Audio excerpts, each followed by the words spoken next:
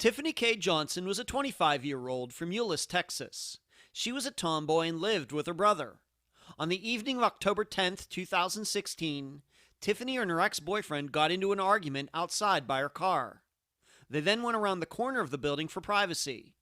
A few minutes later, the ex-boyfriend left. Tiffany couldn't be found.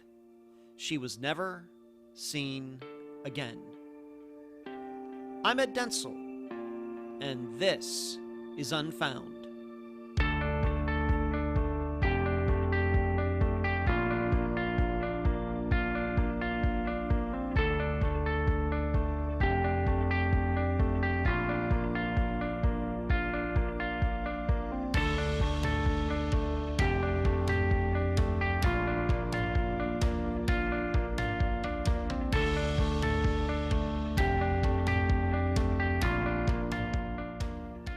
As some of you may remember, earlier this year, for the first time in my life, I got a summons to appear at the courthouse, with the possibility that I would have to serve on a jury.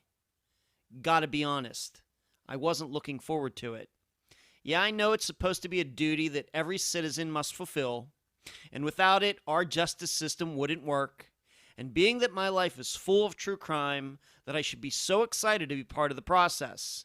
Yes, I know. But I think I defaulted to what other people think when they receive their jury duty notification. Hey, I'm too busy. You don't get paid hardly anything. I don't want to sit around and argue with a bunch of people I don't know. I'll admit, all of that went through my head. Luckily, the trial didn't happen, and I didn't even have to show up to be questioned by the lawyers. Phew. Well, in the case of Typhenie Johnson, I'm certainly happy that the people who put her ex-boyfriend Chris Revell in jail for her disappearance didn't have the attitude I did a few months ago. They served and came to the correct verdict. But Tiffany's still missing.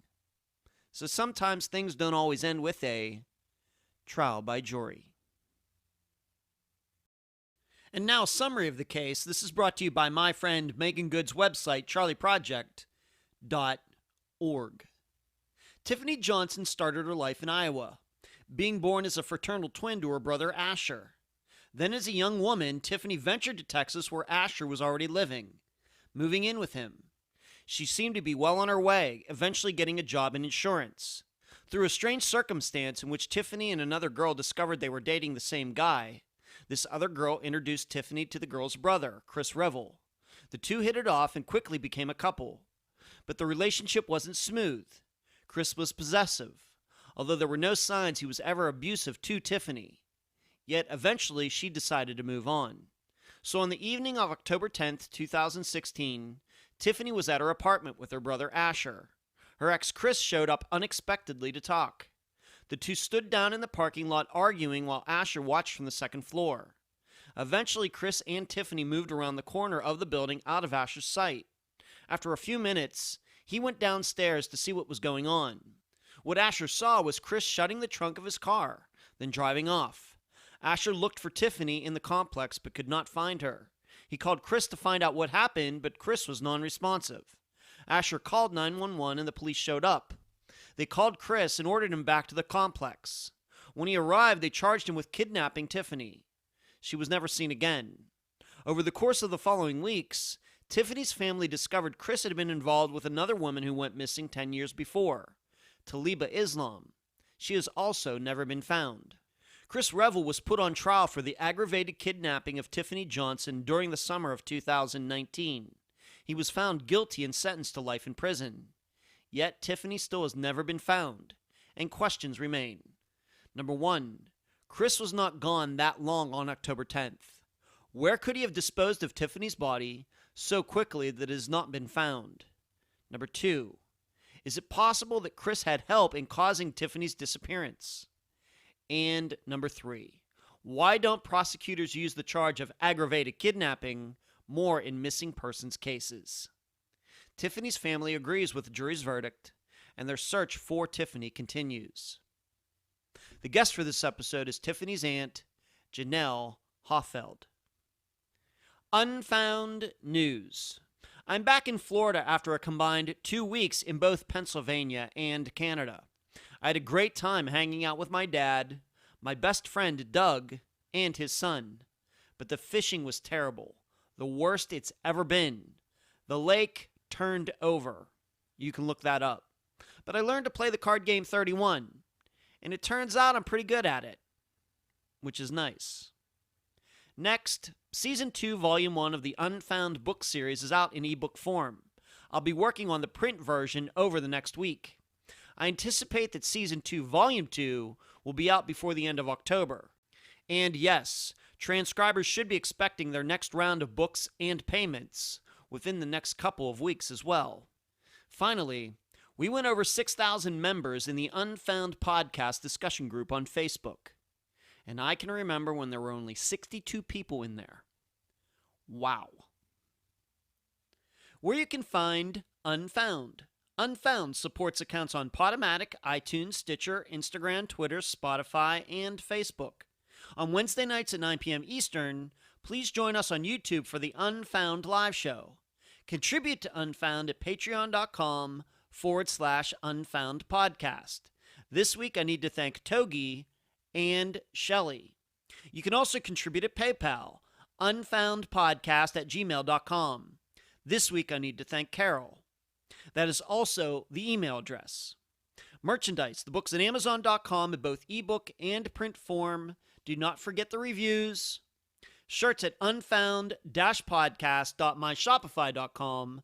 Cards at makeplayingcards.com/sell/Unfound Podcast.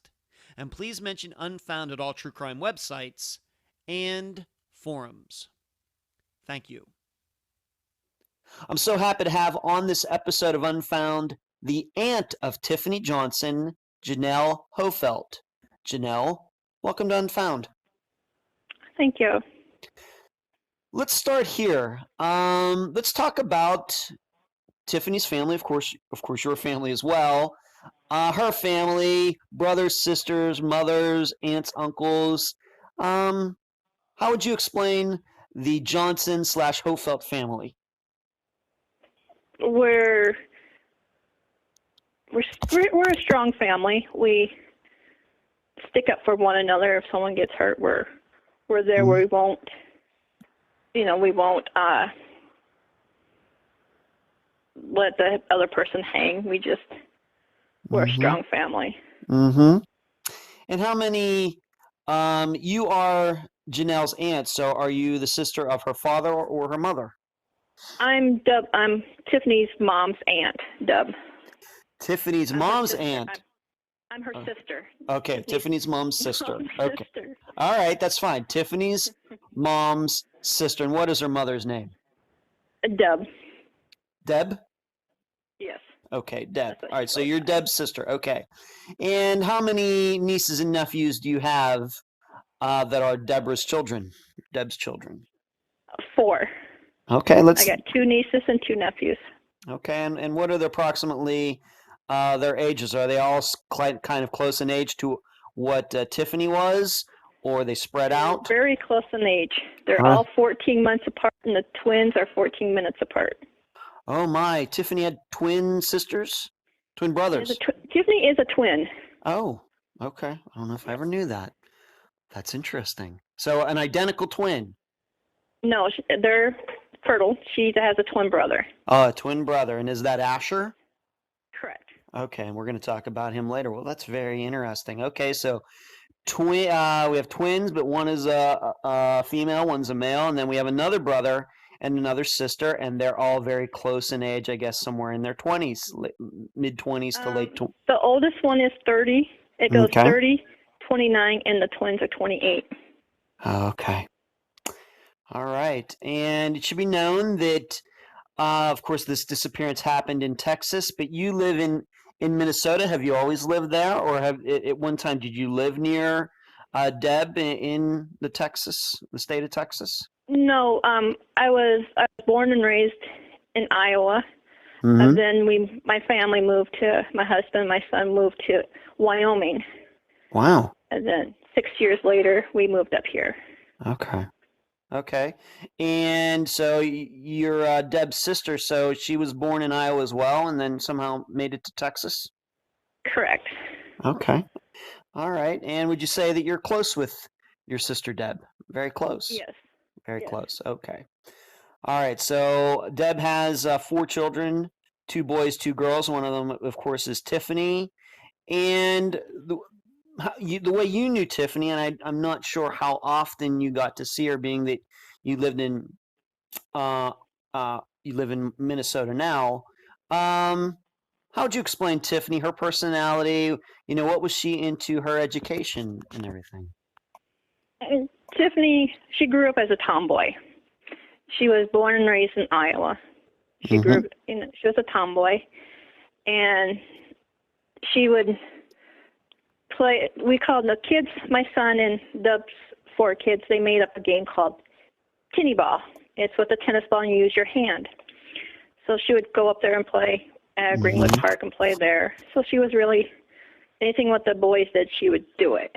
Okay. She learned how to ride a bicycle when she was 3 without training wheels. Wow. She rollerblade when she was 4. Okay, so she was a little bit of a daredevil too, I guess. Yes. Okay. All right.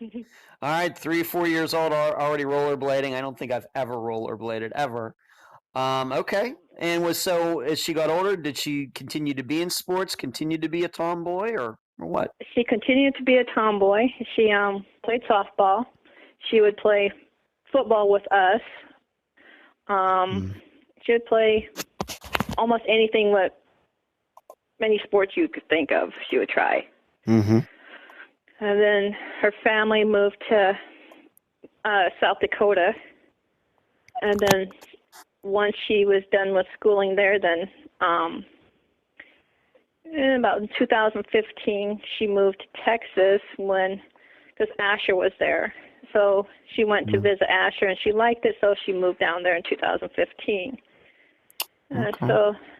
Okay. And she was working at Walmart in South Dakota, and then she got transferred, and then she went from Walmart. Then she decided she wanted to do insurance, so then she got a job in insurance in Texas. And was that the job that she was doing when she disappeared?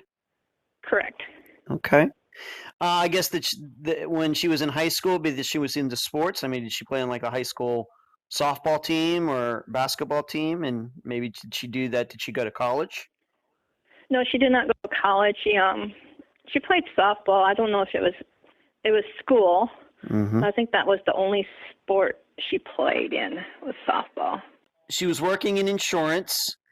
She worked for Walmart, and then when she went to Texas, she was working in insurance, like as an adjuster or as an agent, or I believe an adjuster. I believe. Okay, so she wouldn't be one of those people that might show up to a car accident or some sort of maybe flooding damage or something like that. Okay, how did she like that? Do you know? She liked it. Okay. She liked it. Okay, and so let's just talk about what you can tell the listeners about her relationship. She moves to Texas. When she was still not living in Texas, did she have a boyfriend? So when she moved there, did that guy move with her, or was she single and moved to Texas? How do you remember it? She did have a boyfriend when she was in South Dakota. Mm-hmm. Then they broke up. Then when she moved to Texas, she did not have a boyfriend. Okay, so maybe that breaking up of that relationship kind of freed her up, maybe to think about maybe living somewhere else, maybe. Well, when they broke up, she stayed in South Dakota for a while. Okay. Okay. So she moves to Texas and without just by herself then. Yes. Okay. And did she? Of course, we're going to talk about Christopher Revell here in a moment. He's going to play a prominent part, and I'm sure a lot of people know that there was a trial recently regarding all of this, but that's why we're covering it now that that information is out there. But when she moved to Texas, do you know of any other guys that she went out with before she met Chris? No. Okay. And when she moved to Texas, who was she living with? In a house, apartment, and what was going on there? So they had she lived with Asher. They had an apartment. And they just stayed together. Mm-hmm. She and Ashler were fairly close. Yes. Okay. And how long had he been? If you know, and I know you don't know all these people's personal lives, but did he have like really strong connections in Texas? Had he been there for a while before she got there? He was there for a while. I don't know his Was connections or. all right. I mean, like friends and things like that. He had been there for a while before Tiffany got there. Right. Okay. All right. So they move in together, and she finally does at some point. I guess she just moved to Texas in 2015. Of course, she disappeared in 2016. Um, how did she meet Christopher Revell? How'd they meet? Tiffany met Chris through Chris's sister Jackie. Okay. Yeah. Yeah. And how did they know each other? How did Jackie and Tiffany know each other? Do you know? I do. Go ahead. Were actually dating the same guy, and they didn't know it. Huh. And so Tiffany went over to Jackie's place and, told her. And then that's when Chris came along and Jackie introduced them together. Huh. Okay, so that had to be it. Did she go over there because she was going to confront Jackie, or what do you think that was about?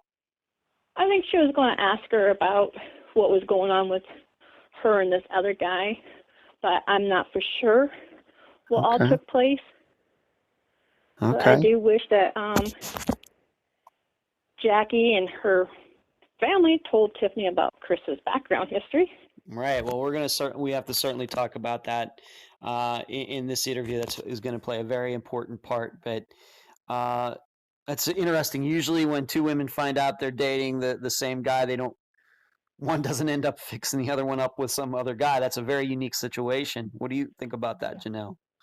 I think it's very unusual that. Right. Hey. Okay.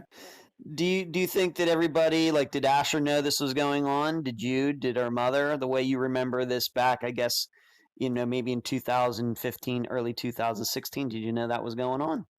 No. Didn't know that was going on. Okay. She moved to Texas. She meets some guy who ends up having another girlfriend who was Christopher's sister, Jackie. And then through this connection, Jackie introduces Tiffany to Christopher. Of course, we now know that she is disappearing, but at the time when she met Chris, did Asher ever tell you or her mother, hey, she's dating this guy? Did Asher ever offer up any opinions on Chris when he would come over? Anything like that? No.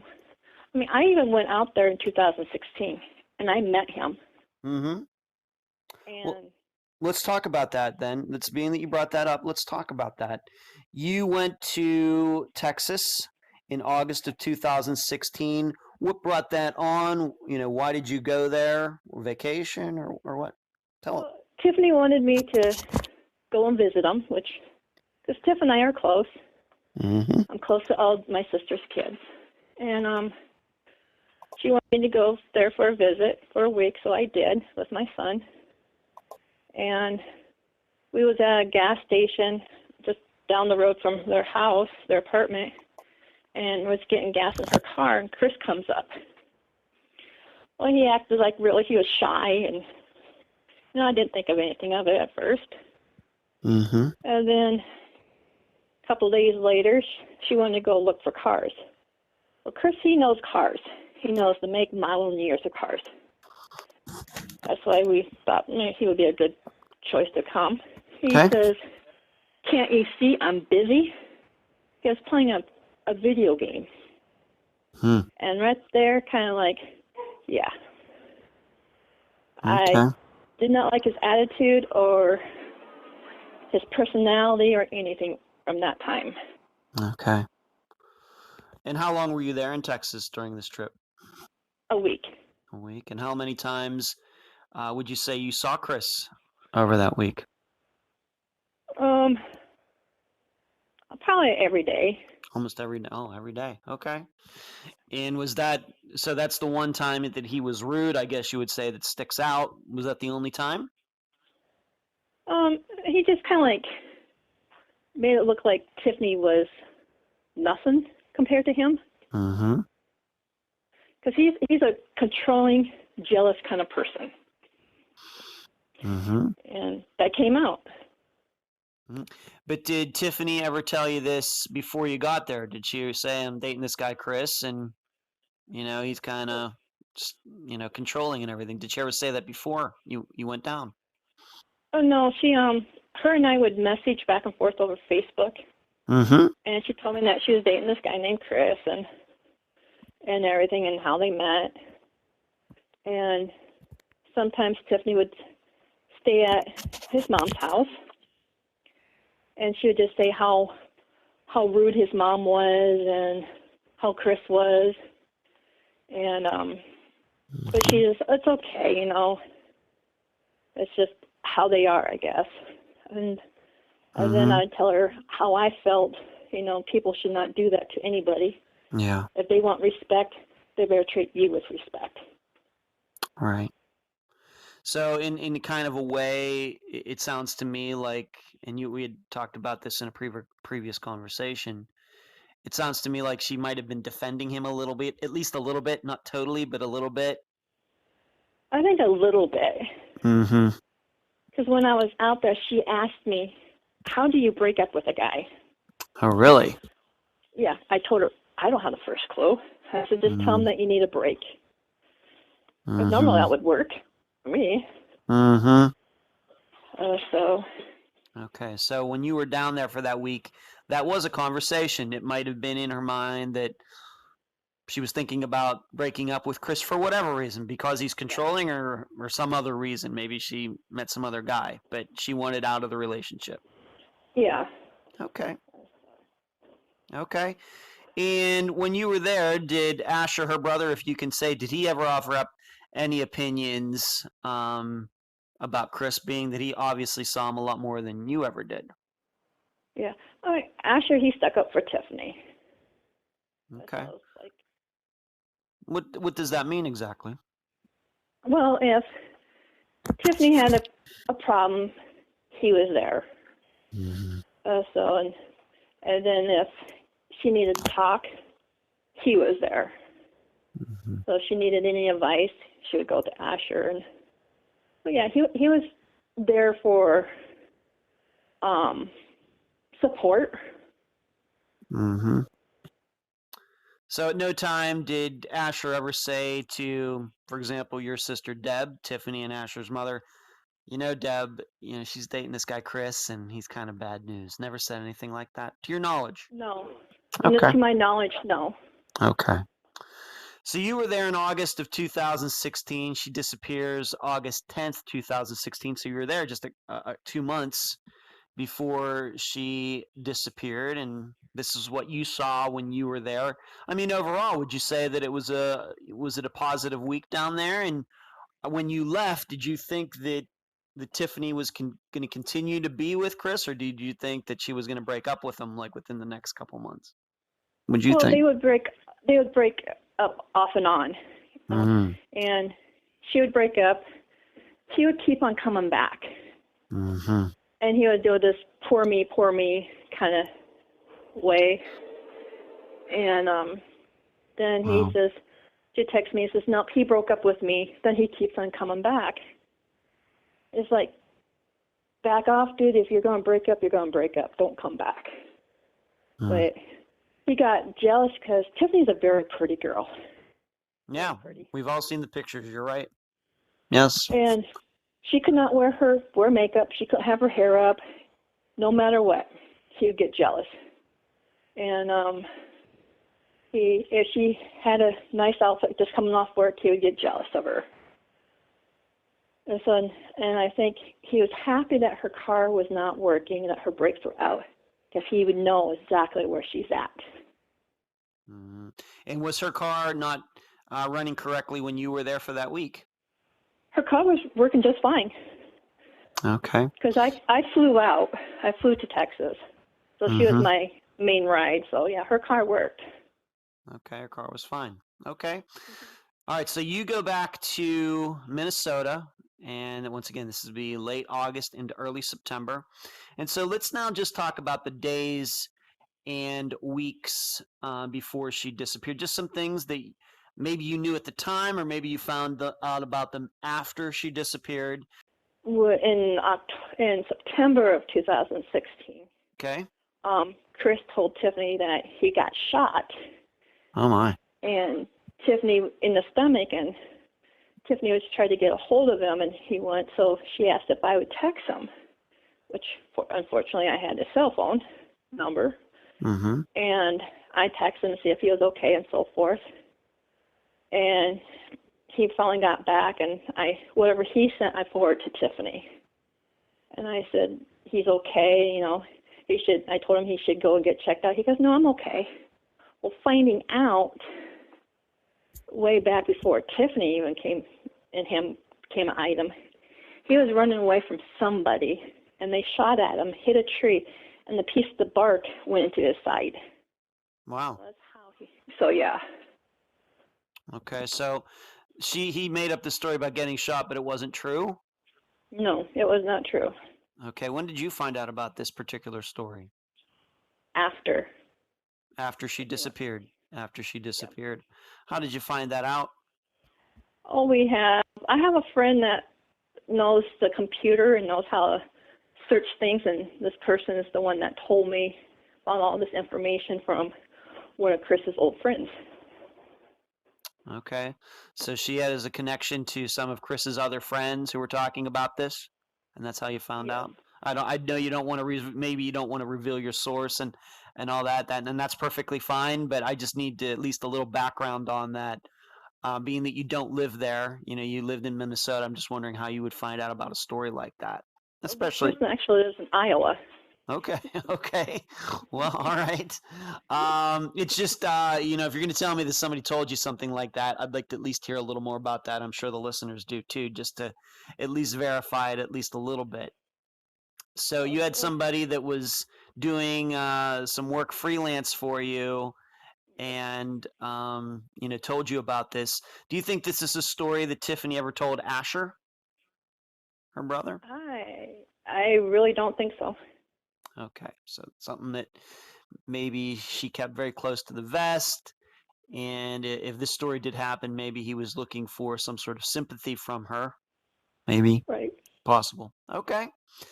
Being that you did talk about how Tiffany was asking you how to break up with somebody, to your knowledge, did she actually break up with him, or was this just one of these things where it seems like they were going back and forth?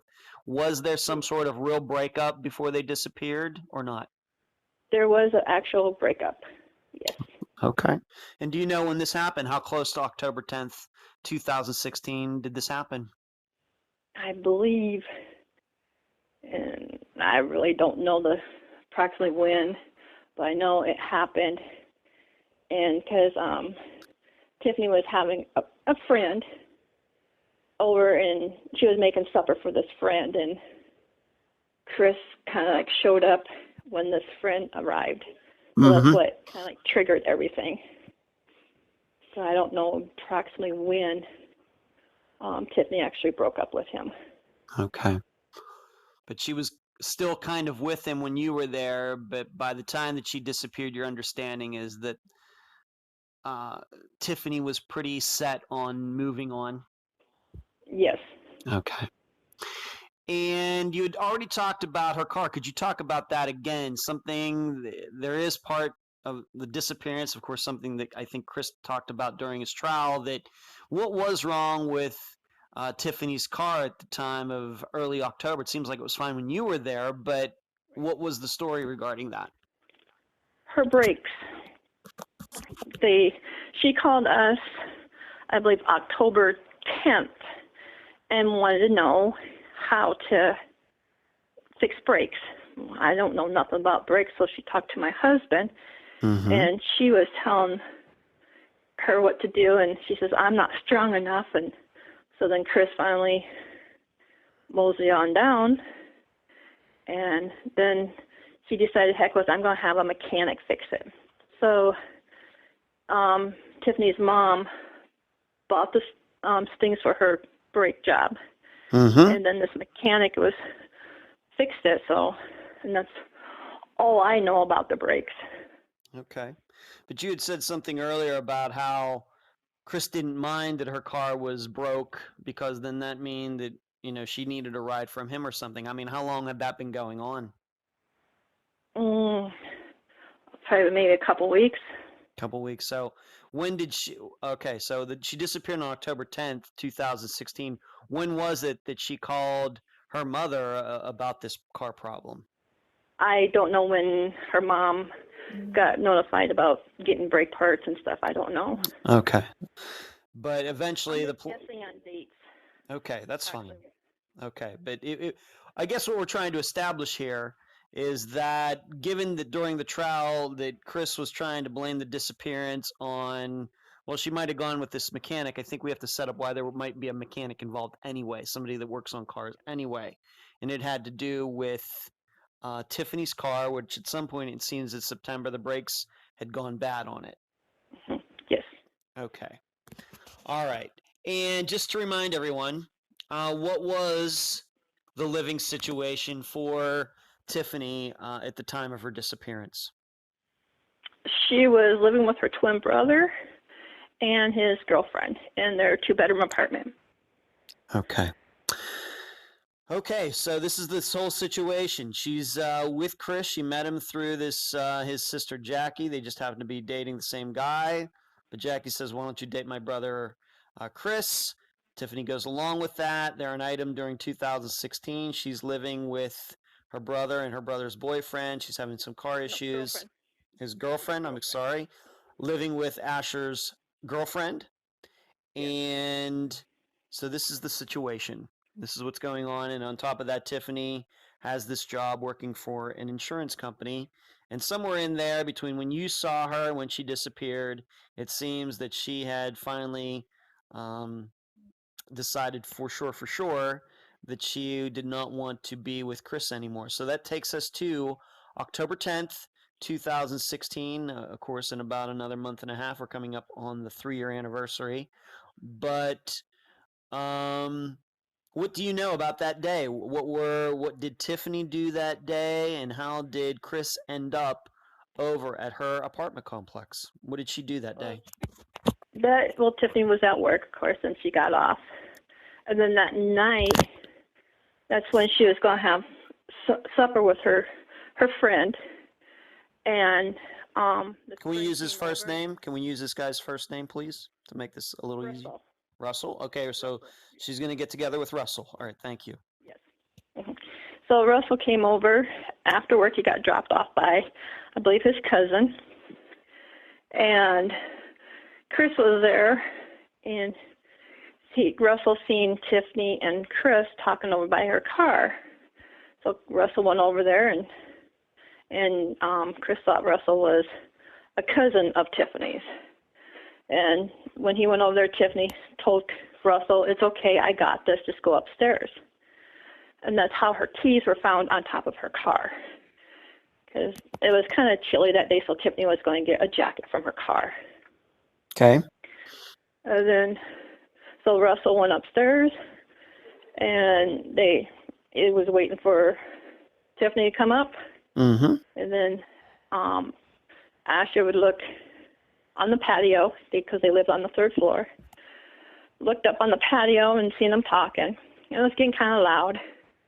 And then they moved their conversation alongside of the apartment, and Asher looked, and they weren't there. So he went downstairs along with Russell and noticed that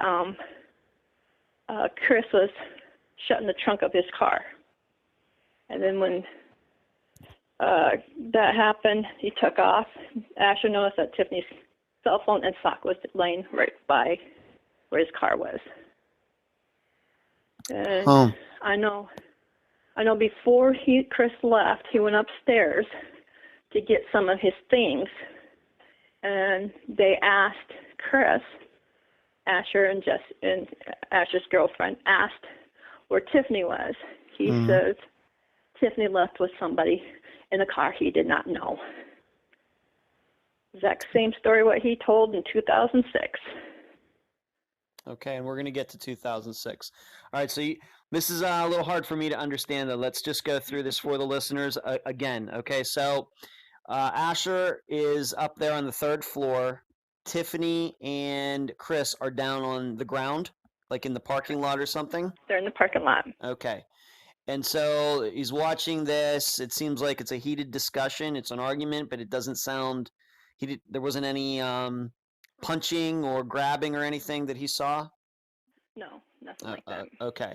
So when did Chris then go upstairs? After he shut the trunk of his car, or what? I'm believing so. That part I really don't know approximately when. Okay.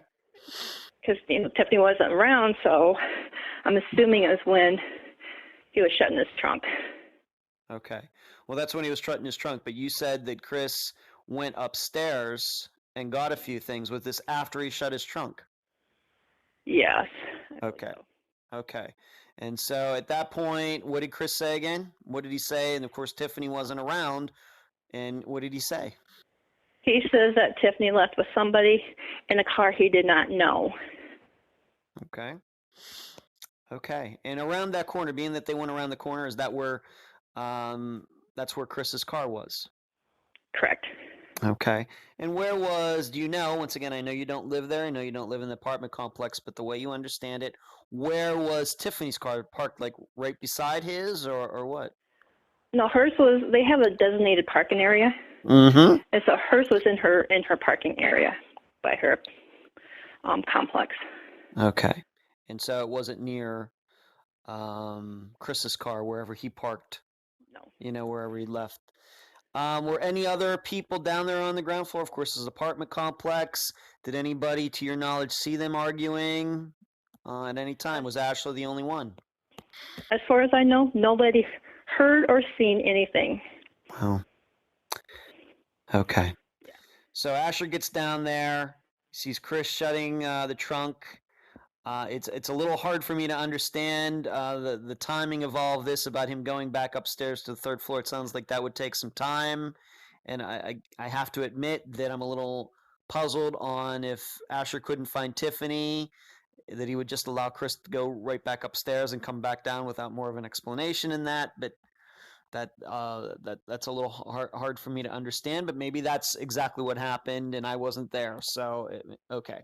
So Chris leaves and Asher sees Tiffany's phone and a sock on the ground. Correct.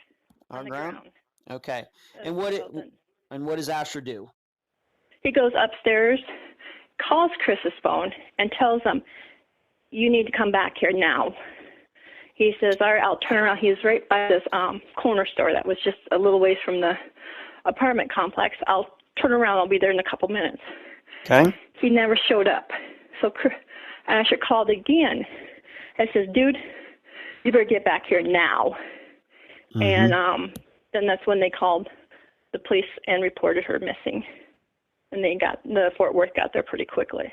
Wow, that's pretty quick. So within... Oh, yeah.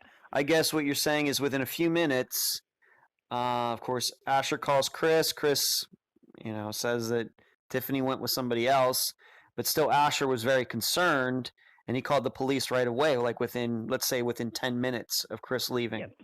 That fast. Yeah. Very fast. Okay. So he calls, and the police get there fairly quickly. And, of course, Asher found the socks and the phone in the yard. Does he try calling Chris again when Chris doesn't come right back? What happens next after the police get there? The Fort Worth PD wanted Asher to call Chris's phone again, so he did. And then the police got on the phone and told him, "You need to get back here now. This is, we're concerned. We just need to talk to you." So when Chris got back, before he got back, he said, "I'm going to go back when Asher called them again." So the second time when Chris says, "I'll be there again," he says, "I got stopped by the cops."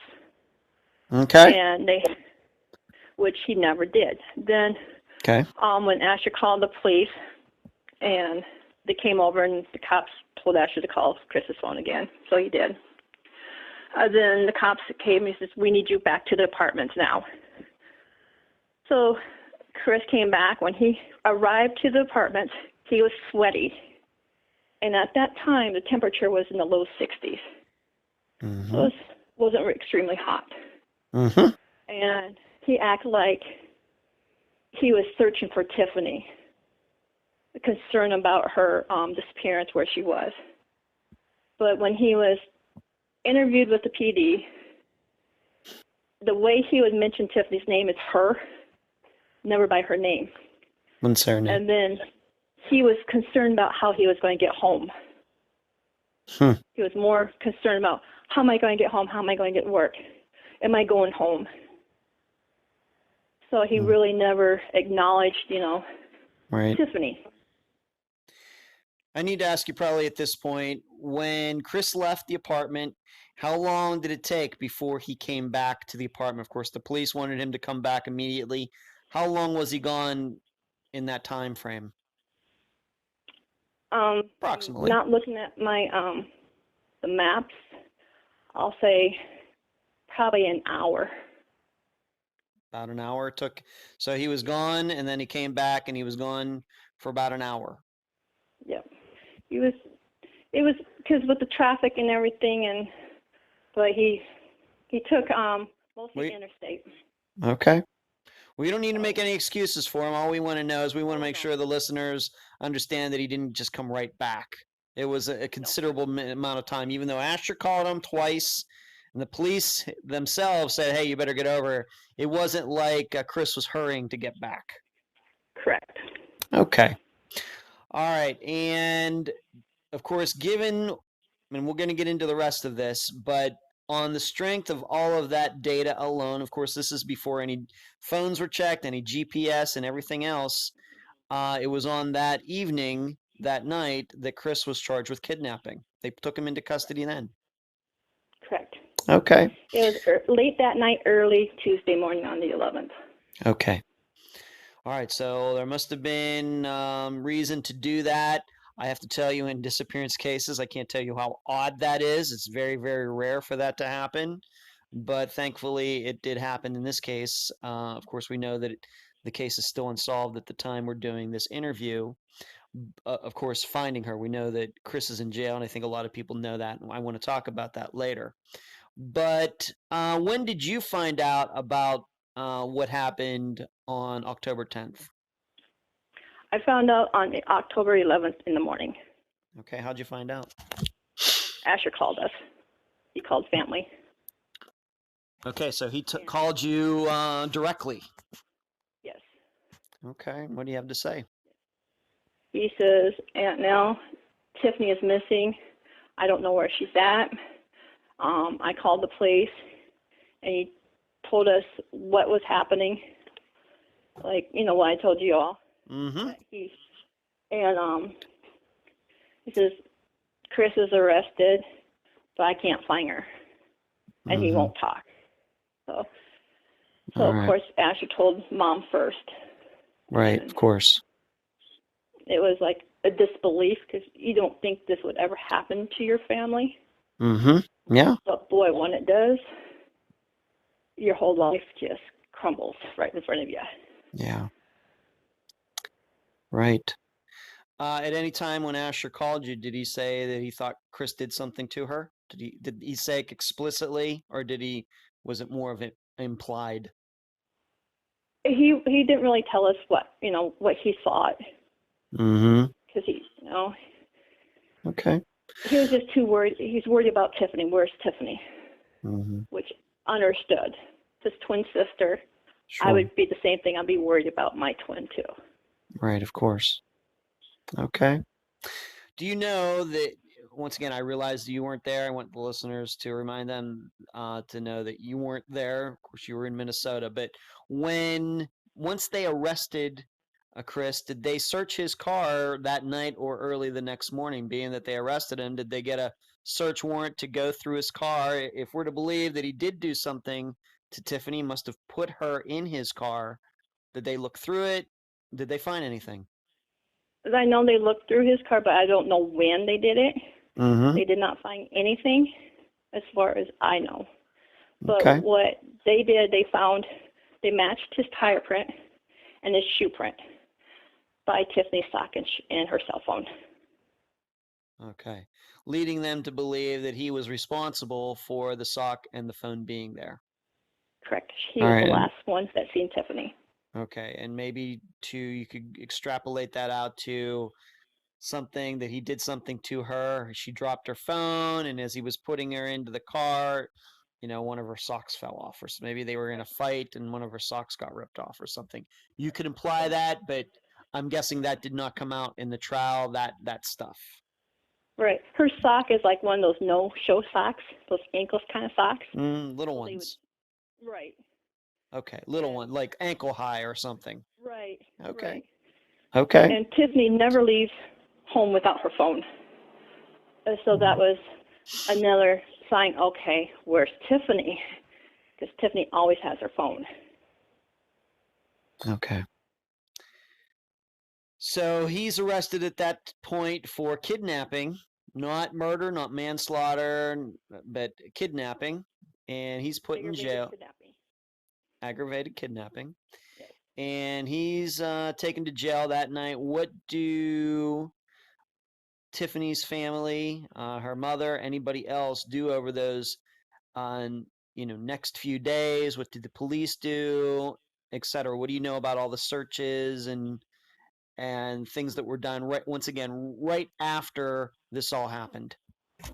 Well, once we were notified Tiffany went missing, because at the time Tiffany's mom lived in South Dakota. Mm-hmm. So she flew out to Texas, and my family, we drove to Texas. And right when we got there, we all searched. Of course, Tiffany's mom, she's disabled, so she did as much as she possibly could. Yeah. Which is okay. Okay. But she took care of all. When the cops came up to the apartment, she answered their questions. So she was helping by answering any questions they possibly can, while everybody else that met up at the gas station up by the apartment, we had a search group there, and we checked and told them what we're all doing and so forth, and we went out and all searched. Okay. Any places in particular that they were looking? I mean, did they even have any idea, once again, at the time, did they even have any idea, even where to look? They looked over by Cook's Lane, I-30. Okay. Over by his house, Sandy Lane Park. They searched there because my husband was also on the search. Okay. So I stayed at the apartment with my sister, and so I don't really know where they all searched. I just know Sandy Lane Park, over by Cook's Lane. They just went everywhere. Okay. And they had helicopters going. They had canines going, horseback, people on ATV even searching. Okay. So they were giving it their all. Were the police also involved, or was this just family and friends, or with police involved? The police were involved. They went out and they searched Arlington Lake, Trinity. They did help with the Sandy Lane behind his mom's and stepdad's house. Mm-hmm. So. Okay. Find any other signs of her at all? Of course, at the apartment complex, there was her phone, and a sock. But in their searches, and we'll get into the other things that were found at his parents' house, but anything that was like outside, any other things found? No. No, nothing. Okay. Nothing. All right, so he's arrested. The police are trying to help the family do some searches, and maybe this next part will explain a little why you were searching in a few particular areas. Let's do this first. Of course, they arrested him. They got Chris's phone. They were able to ping it, and where did it look like he was while that hour or even longer that he was away from Tiffany's apartment complex? Where did it look like he went? He went over by Cook's Lane, over by, I think it's 360. Okay. That's where we do most of it at. That's what we do now. But we went everywhere within those phone pings. But now we're concentrating over by Cook's Lane and so forth. Okay. In that Cooks Lane area, is that where his parents live? No. All right. Where do his parents live? Over by Telmart, like 12 minutes away from the apartments. Okay. And did any of the pings show that he went over there? Yes. Okay. Do you know, if you can say, have his parents been asked about Tiffany's disappearance, and what have they said? Well, they didn't. When Fort Worth and our private investigator, they went and asked them. Okay. And Mom said that they weren't home when that took place to the Fort Worth, but she told a different story to the private investigator that they were upstairs watching TV. Well, they don't have upstairs. Huh. So they live like in a one-level house or something? I call them a slab house. Okay, so they're on a slab, a concrete slab. That's why it's called that, right? Okay. Yes, okay. So they live in a one floor, just on a concrete slab house. And she says they were upstairs, but they don't have an upstairs. Correct. All right. Since the mother said this, so whenever it was, I'm going to maybe guessing sometime in 2016, late 2016, has she ever offered up any explanation for that? No. None. Okay. And these are things that I want to come back to when we talk about the trial itself, which of course just happened within the last few weeks. All right, so they had these pings. Once again, some of the pings did show in the parents' area. Did somebody eventually go into the parents' house and look around? Did the police do that? The police did have a warrant to look into the house. They went into Chris's room, grabbed some things, which I do not know what they grabbed. Okay. But grabbed some things, and then while the PD was in the search, his mother was having an interview with the news station while that was taking place. Okay. And were there some things that were found in the house that could have been Tiffany's? Yes, because Tiffany used to live there off and on. So, she did. Okay. And what was found there? I don't know what was found inside the house. I just know what was found on outside the house, Okay. which was a stretched up bra, a fit watch that was broken, a man's chain, and we call them a wife beater T-shirt, like those tank tops. Sleeveless tee, yeah, sleeveless. Yeah. Okay. And I believe, and another shirt of Tiffany's. Okay. Any of those items, could they have been things that Tiffany was wearing when she disappeared? Could have. Could have, but no, not sure about that. I'm not sure 100%. Okay.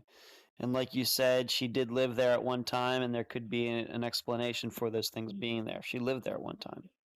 Yes. Okay. When did she live there? I mean, she was living with her brother. How was it that she was living over at Chris's parents with him? When was that? Well, Chris was actually living with his mom and dad, or his stepdad. So Tiffany would just go there and stay a couple nights. Then she'll go back to the apartment. Chris would stay at the apartment. They just bounce back and forth. They bounce back and forth. Okay, thank you for explaining that. So we have these pings. Did the pings, once again, what you know, did the pings show anything else? Did it show him maybe going out of his way from the apartment complex to his parents, and then back to the apartment complex eventually? Did it show him going anywhere out of his way during that time? And was his phone even on that whole time? As far as I know, he didn't go completely out of his way. He was just in the area what he was comfortable in. Mm-hmm. And looked like his phone was turned off. And on his phone looked like he missed 3 different phone calls. And there was a text message that was sent to his phone. No clue who that was from. Okay. So it could be that he turned his phone off maybe for a few minutes so it wouldn't ping to show where he was going. Possible. We don't usually theorize on unfound, but being that there is somebody in custody for this disappearance, at least the kidnapping part of it, I'm going to give ourselves a little more leeway in all this, being that somebody's already been convicted of kidnapping Tiffany. It could be said that he shut that phone off for some reason. Right. Okay. But nothing that really takes you to a particular lake or a particular, property like with woods on it or anything like that. No, like I said, we just normally go be at Cook's Lane at the Shell Mart there, and then we go out and we search the woods everywhere. All right, I mean, because there was like hundreds of acres that was searched. Okay.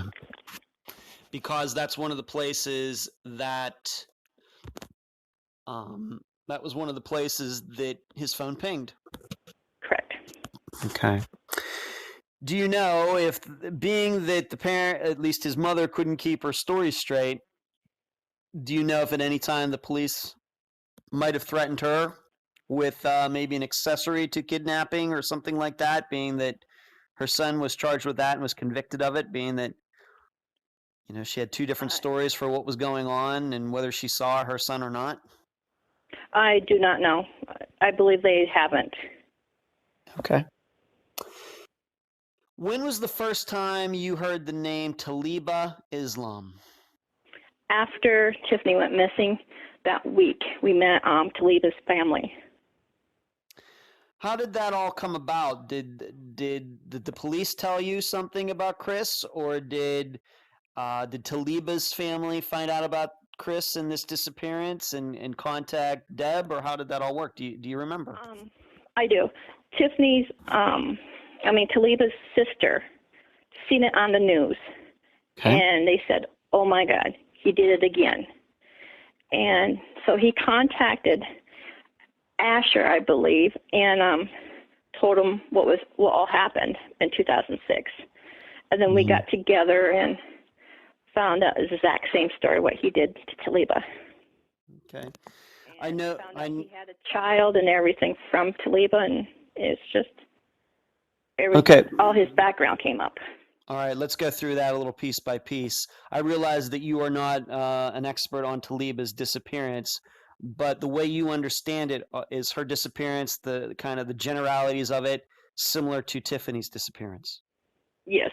All right. For example, Chris and Taalibah are in a relationship. They have an argument or something, and then he just tells everybody that Taalibah took off. Right. And then he reported Taalibah missing a week after she went missing. Okay. Is there a reason? Of course, it wasn't like Tiffany and Chris only went out once. They had been going out for a while, for a time in 2016. I'm guessing that nobody ever told her about that. How many people do you think around Chris even knew that he had been dating Taalibah and she disappeared while he was with her? Do you even know? I believe there's probably quite a few that knew what happened, that him and Taalibah was dating and that Taalibah went missing. But if they're buddies with Chris and his goons, I call them, they won't say anything. Mm-hmm. Do you know if, and we have to remember it was 10 years before this, Taalibah disappeared in 2006. Do you think that Tiffany even knew about the disappearance of Taalibah Islam at all? Had ever even heard her name before? Tiffany did not hear nothing about Taalibah. No, knew nothing about that. And I guess we have to remind the listeners is that it was Chris's own sister Jackie who set them up, and I'm guessing she never told Tiffany about Taalibah at all. Nope, neither did his mother. Okay, and we have to remind everybody that Taalibah disappeared from Fort Worth, Texas, and Euless is very close to that, right? Like Euless is like a suburb of Fort Worth. And I'm just looking at the information right now. Taalibah disappeared on January 16th, 2006. She was 20 years old. And did you also say that Tiffany did not know that Chris had a child with Taalibah. No. And do you know how he managed to cover that up? I mean, who was watching this child? Chris told Taalibah's family that he could not take care of this child. This child was 3 months old. So Taalibah's sister here will take care of her, take care of him. And he never had anything to do with his own son. Okay, so Taalibah's family is the one that took care of his son, and Chris had nothing to do with it. No. Nothing to do with the raising of this child. And of course, the child, 3 months old in 2006, would have been 10 years old in 2016. And Chris is just off doing his own thing. Has anybody in your family, whether you, Asher, maybe the other sister or brother, or anybody in your family ever confronted Jackie about, why didn't you ever say anything, tell Tiffany about Taalibah disappearing while Chris was with her? Anybody ever confront her about any of this? No, because we couldn't. We could not have any connections with the Revell family. Because of the trial, or what was the reason? Because of the circus act. Because of what was going on, and they just said no. So at the beginning of when Tiffany went missing, this Keisha messaged my sister saying, I am Chris's cousin. And she was going on and on. What was, I felt bad, have you guys checked here? So then later on, I've discovered that Keisha is actually Jackie. Oh my gosh. Yes. So she was pretending to be somebody else? Yes.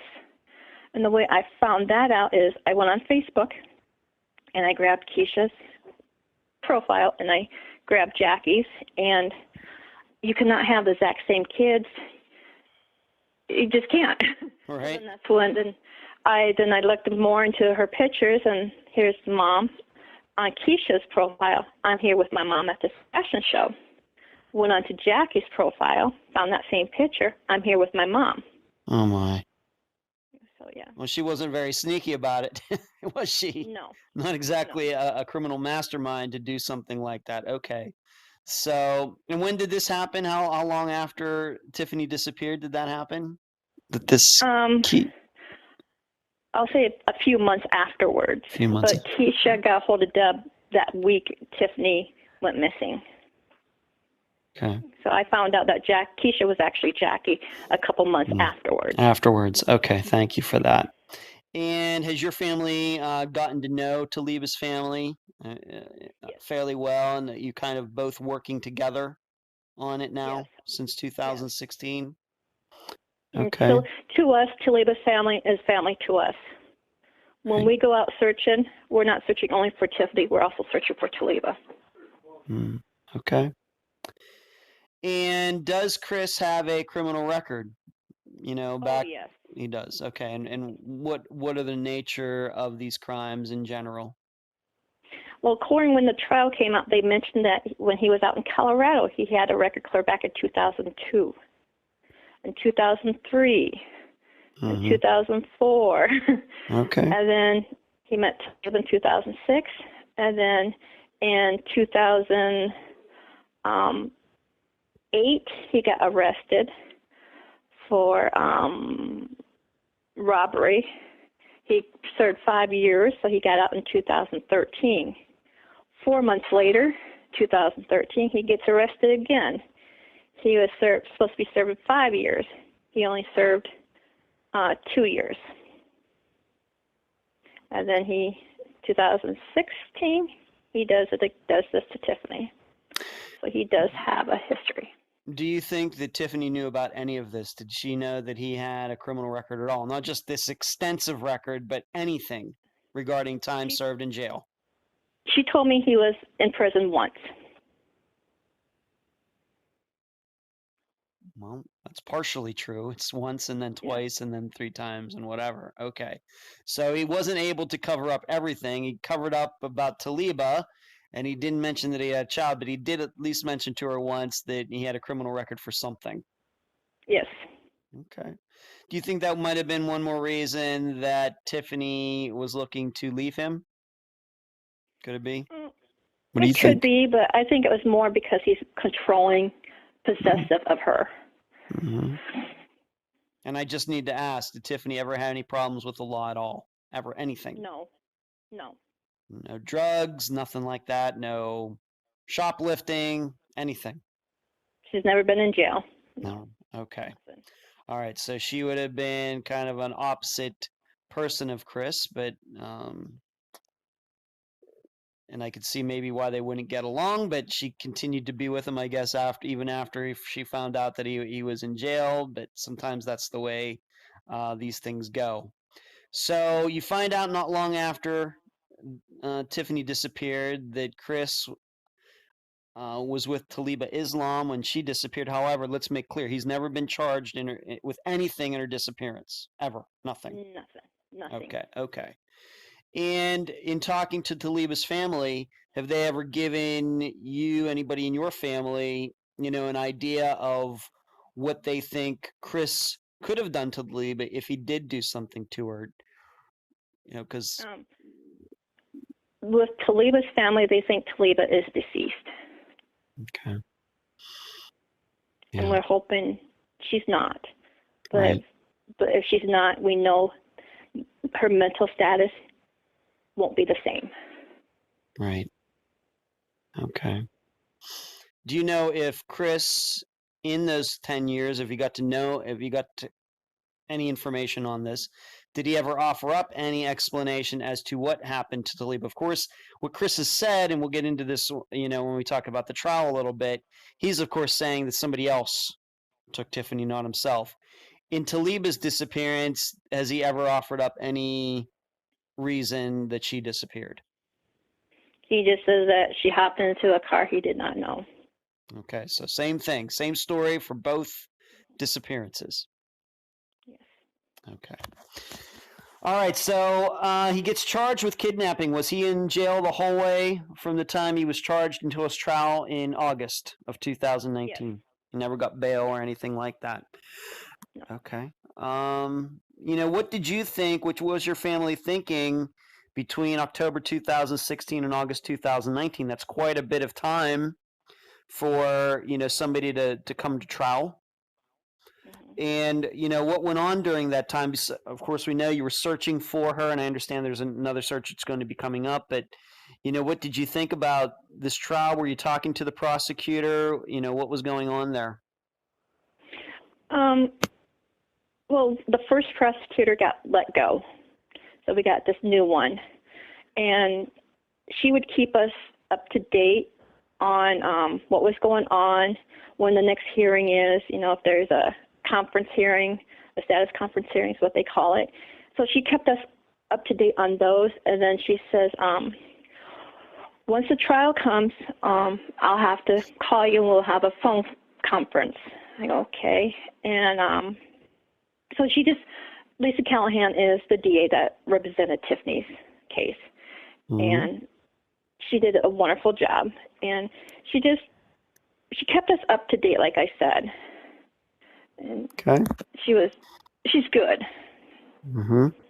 Is there, if you can say, I'm not even saying that she would have had to have given you a reason for the way they chose to prosecute this, but is there any reason that they just charged him with aggravated kidnapping and not just with murder or something like that, a more severe charge? Do you know? I don't know. Okay. Was that when you first found out that they were going to go to trial charging him with aggravated kidnapping but not with actual murder, were you worried about that? Was your family worried about that? Did that seem unusual? We were just worried that he would walk. Mm-hmm. But we had faith in the DA. Okay. And we wanted a conviction. Yeah, of course. Of course. All right, so Chris pled not guilty. That's why we ended up with the trial. You had a defense attorney. And how long before the trial happened did you know that there was, when was the trial date set? And how long before that? It was August 12th was the jury selection. Okay. August 14th was on a Wednesday. That's when the trial began. And then it lasted for 2 weeks. Then on that Thursday was a Thursday, almost a week, 2 weeks. On that Thursday, he was found guilty. The jurors were in closed doors at first for 5 hours. So then the judge told him to go home and get some, rest. Mm-hmm. Then they came back at 10 o'clock the next day. That's when the jurors gave their verdict. He was found guilty. So that the judge said they will do their sentencing that same day. And then, of course, both DAs did their closing arguments why, and then the judge decided with his back history, it's going to be life in prison. Life in prison for aggravated kidnapping was the charge. All right. Yes. Is life without the possibility of parole or parole in 25 years, or do you know? I don't know. I'm supposed to get in touch with Tiffany's DA, and if I have any questions, that's going to be one of the questions. Is he eligible for parole? Okay. Were you shocked when they said life? I have to admit, being that we had talked before this trial ever started, when it said, life, I have to admit, even I was a little surprised. How about you? I was surprised because we kept on saying 99 years. Well, 99 years is still his life. Mm-hmm. But he still can have a parole on that even too. But life, it just made us relieved because he cannot hurt anybody else. Yeah. Justice was served. Okay. Well, let's just talk about maybe some specifics of the trial. You weren't there, correct? You did not go to Texas and sit in the room. Correct. You didn't go, but I'm guessing that Tiffany's mother did. Correct. She did, and maybe her brother Asher as well. Correct. Okay. Any time during that trial, did Taalibah Islam's name come up? Were they allowed to use something like that in the trial? Not during the trial. They could not. Okay. On the sentencing part, they did, and then Taalibah's sister got up on the stand. Oh, for the sentencing part of it, she got to stand up there, and talk about her sister and how Chris was dating Yes. Taalibah when she disappeared. Okay, but not during the trial. That was left out. Prior bad act, not included. Okay, the way you understand it, what was Chris's defense? His defense attorney. What argument did the defense try to make during this trial? That there wasn't no DNA found on Chris or his car. How can you convict a person if there's no DNA on him? Okay. That's what she was going by. Okay. That seems not like too bad of a plan. And did Chris take the stand? No. He did not. No. Okay.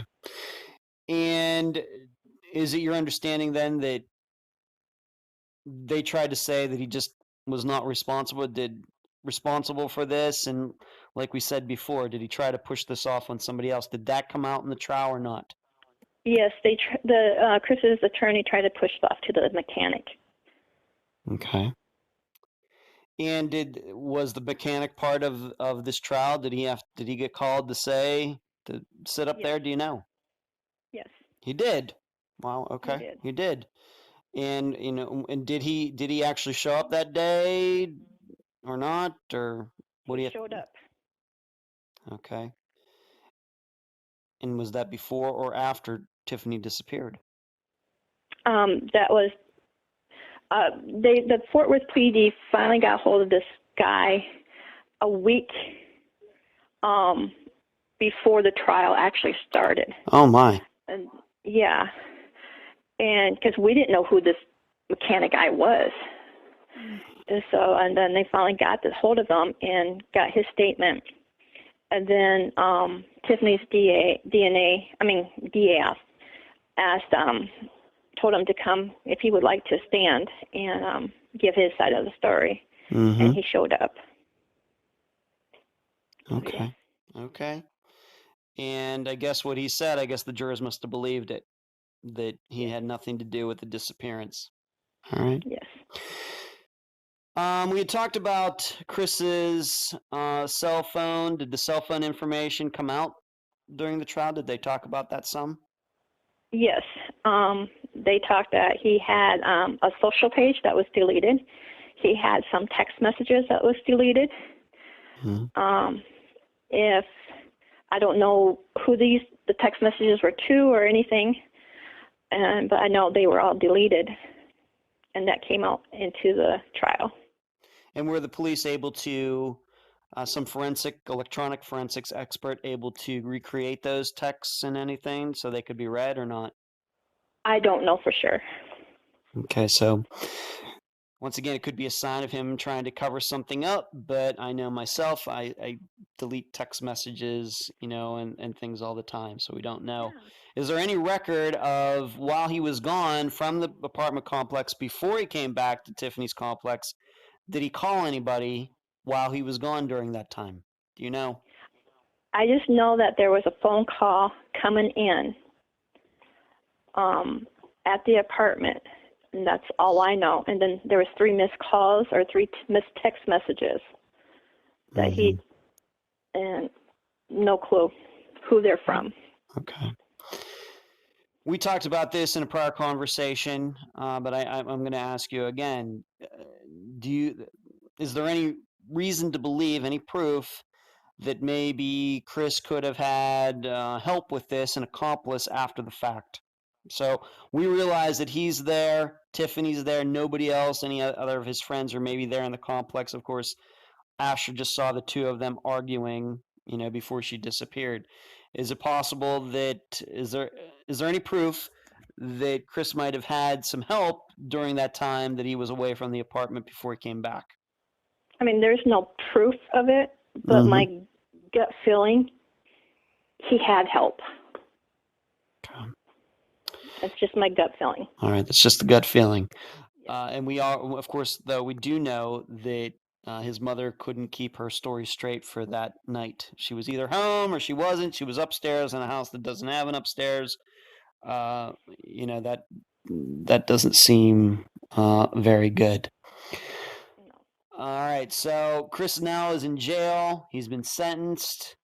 Have you talked to the DA? Has the DA or the prosecutor ever mentioned to you the possibility of giving Chris a break on his sentencing if he were to reveal where Tiffany is? Has that conversation ever happened in the last almost 3 years?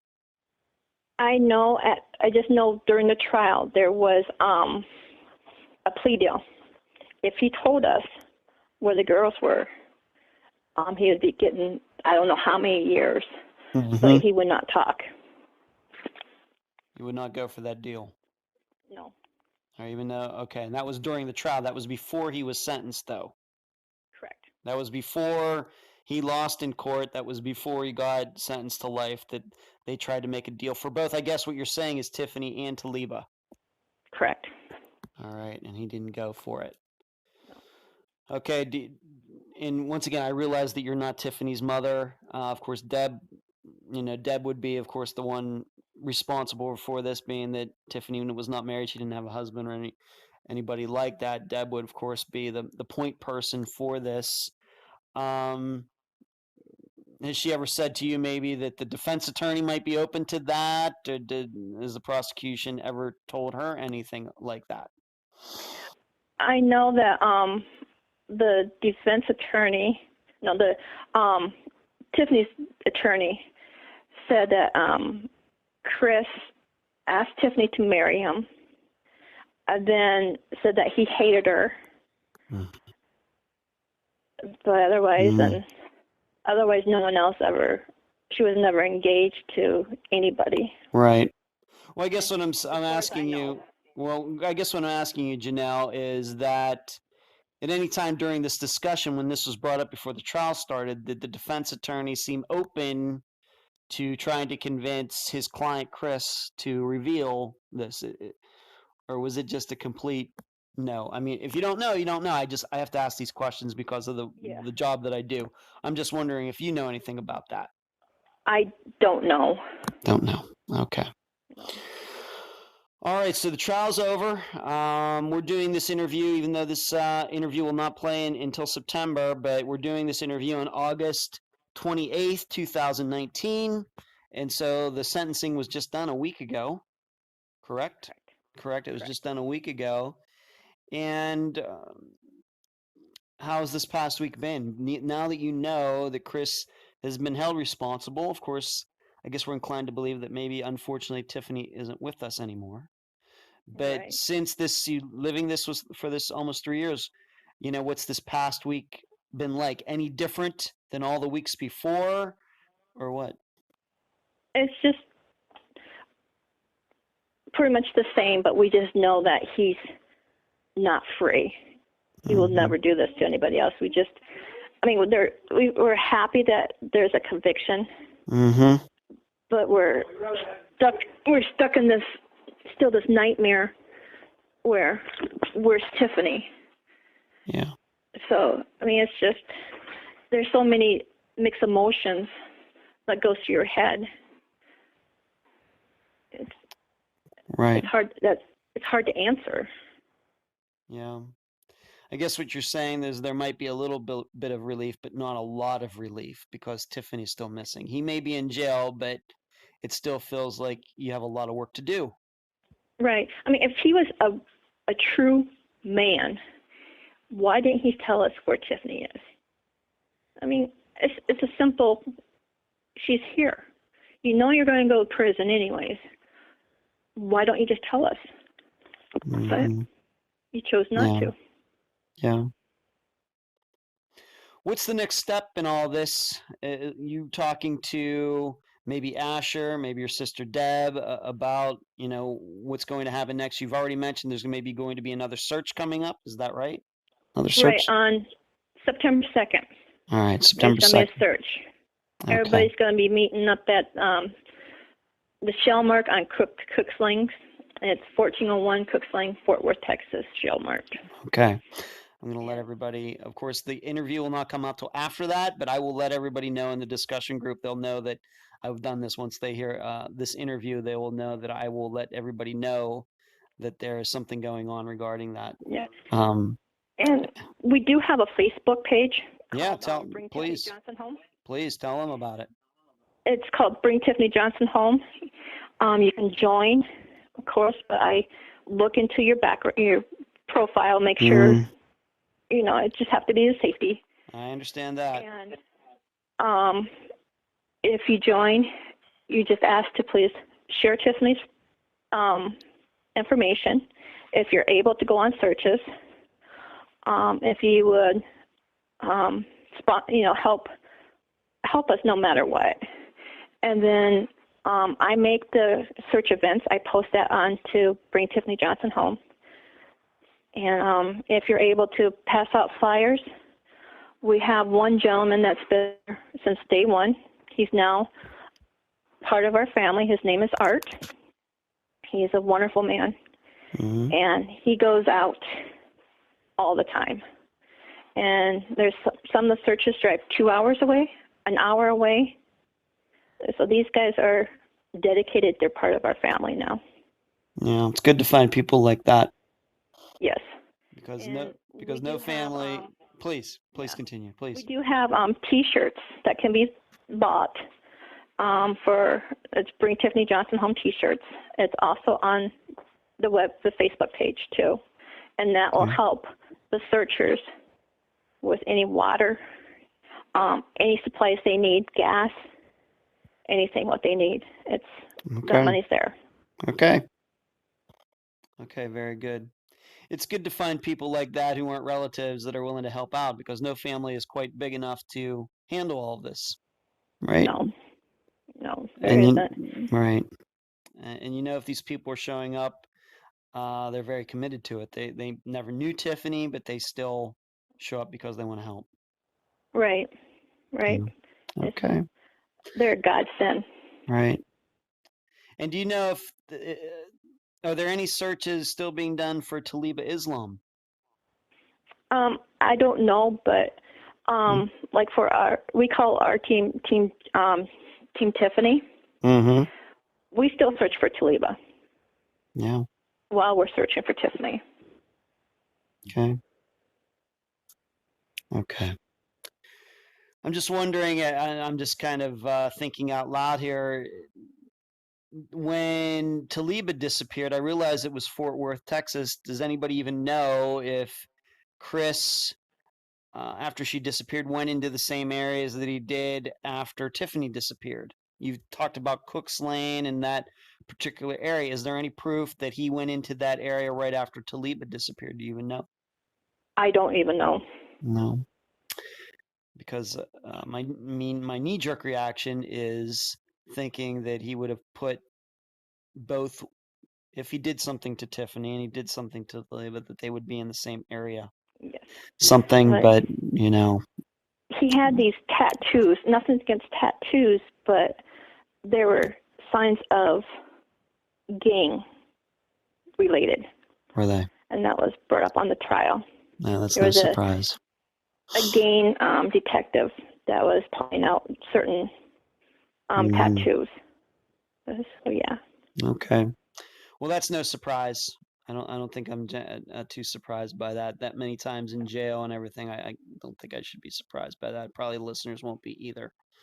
But I guess what I'm saying is I would not be surprised if someday Taalibah's remains are found, that possibly Tiffany's are found as well. If we're to believe that neither of them are with us anymore, I would not be surprised if they're very close to each other. Yeah, we're just hoping the best. Yeah. Outcome. Yeah, of course. Of course. Yeah, every family does. Yeah, I mean, you hear different things on Facebook on Bring Typhenie Johnson Home that she's deceased, but people have to realize she has siblings and a mother and aunts and uncles and grandparents that are hoping the best. So we just wish that people wouldn't post that stuff and just realize, hey, this could have been my family. Would you want that to be posted? And so, I mean, we just don't know. We don't know. That's right. No. That's right. I mean, just have the courtesy to take on our feelings. I'm not trying to be mean, but just be in our shoes once, and would you want to read that? I realize that a lot of theorizing goes on out there. There's no doubt about that. So, yeah. I mean, no doubt about because you never think this would happen to your family, only happens on TV. But, it does happen.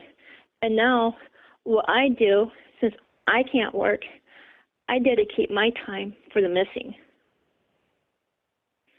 And so I make, and I have this group, which, and my own certain group, I make vinyl shirts and so forth. And I help put missing person on a T-shirt come back to life. And like there's this one gentleman, his son was found deceased. And I put his face on a coffee mug just for him because he took it so hard. And now this gentleman and I are now pretty good friends. So I just wanted to tell him, even though your son's not here, he's still with you in your heart. He's still watching over you.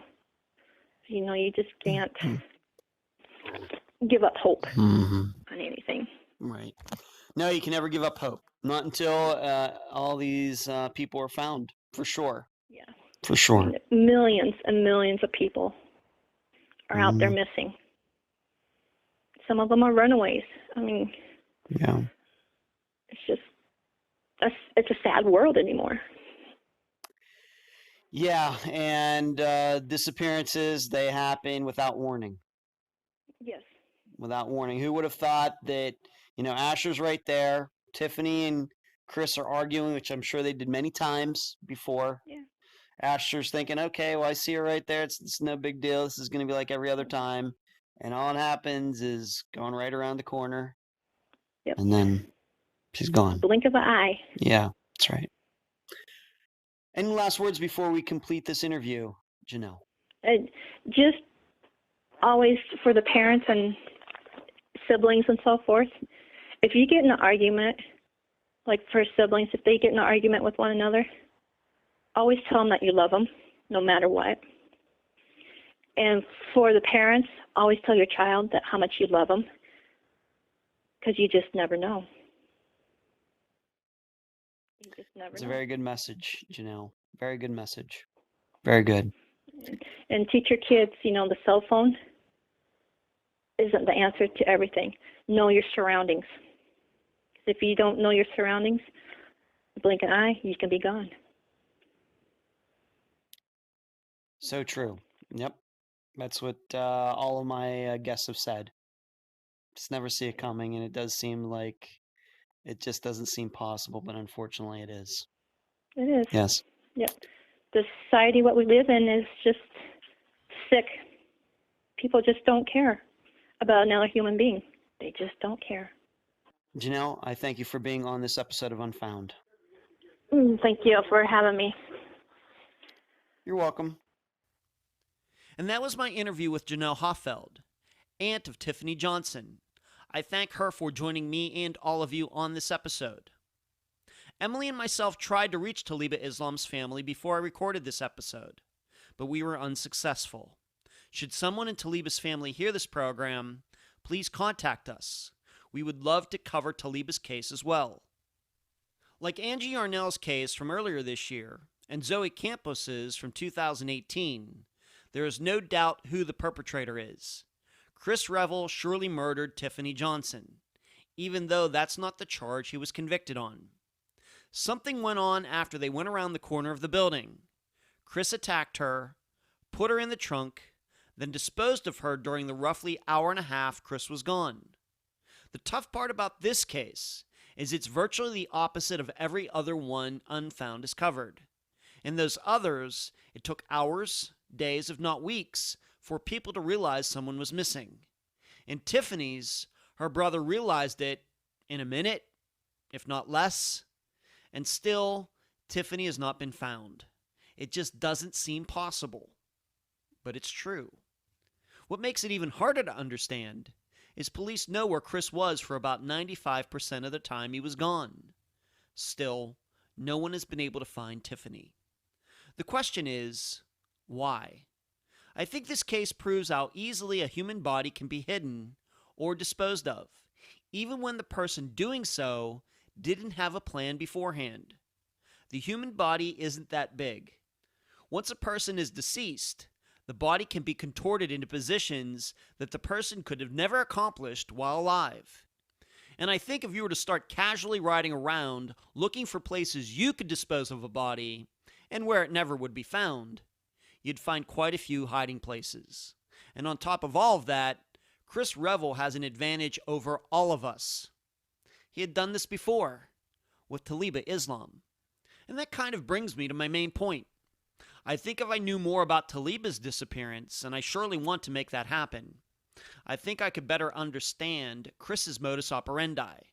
Because I have to believe that since he knew his disposal of Taalibah worked, that he would get rid of Tiffany in the same way. In fact, I wouldn't be surprised at all if Tiffany and Taalibah were eventually found close to each other. On the other hand, if Chris placed Taalibah in a trash bin, then that's probably what he did with Tiffany, and that would mean the two wouldn't be found anywhere near each other. Once again, though, without knowing the intricacies of Taalibah's case, I can't come to a solid conclusion. What I can say is that I'm happy that people came to the right conclusion in Chris's trial by jury. I'll leave the rest of the theorizing up to you. And that's the program. If you found it informative, please go to the app that you use to listen to Unfound and give this podcast a nice review. I thank you for listening. I'm Ed Densel, and you've been listening to Unfound.